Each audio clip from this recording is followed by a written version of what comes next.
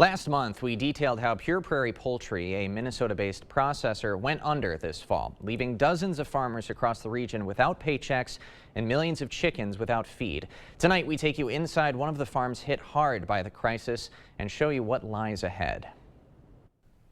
Valerie Bray is one of dozens of independent producers who raised chickens for Pure Prairie Poultry. 150,000 birds at a time. Like many growers in western Wisconsin, she had a contract with the Minnesota-based chicken processor. Pure Prairie Poultry actually leases our barns and we raise their chickens. Pure Prairie supplied the feed each week, paid the farmers for their labor, but in April, checks from Pure Prairie started to bounce. And last month, the weekly feed supply stopped coming. On October 9th, we received an email that they were closing the processing plant. Valerie and dozens more had barns full of chickens ready for the butcher, but nowhere to send them and no feed to keep them alive. There's not a farmer who would stop feeding their animals, whether you raise them for food or for pets. The choice was feed your family or feed the chickens. The cost of doing that was about 20 grand in 1 week. Farmers in Minnesota and Iowa were forced to euthanize their birds by the millions. In Wisconsin, the law doesn't allow the state to intervene, leaving farmers in a moral dilemma. Many took to social media, offering the birds for free to anyone willing to take them as pets or food. The response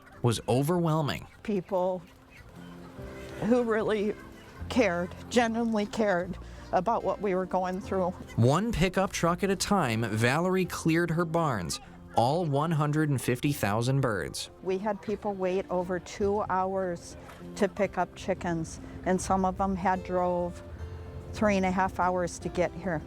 There was a line of cars, probably 2 miles long. Valerie is one of the lucky ones. Goodwill donations helped cover her $20,000 feed purchase, but barns across the region are still empty. Our hopes is that Pure Prairie Poultry is sold and we will be able to re-sign with that plant. And if that doesn't come in time, there are farmers, this was their sole income. They are going to lose everything. For weeks, it's been wave after wave of anger, anxiety, and loss. The hardest part is watching my boyfriend's son's pain. Being first-time farmer, he just got married and has a little boy.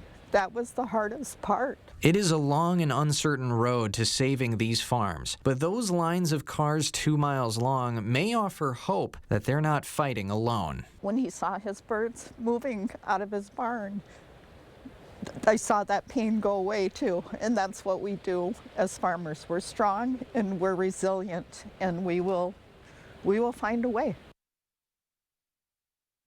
There's another question over accountability here. 18 months ago, Pure Prairie Poultry received nearly $50 million in federal grants. Representative Derek Van Orden sent a letter last month to the USDA asking why the agency gave the company that kind of money. He says he has not yet gotten a response.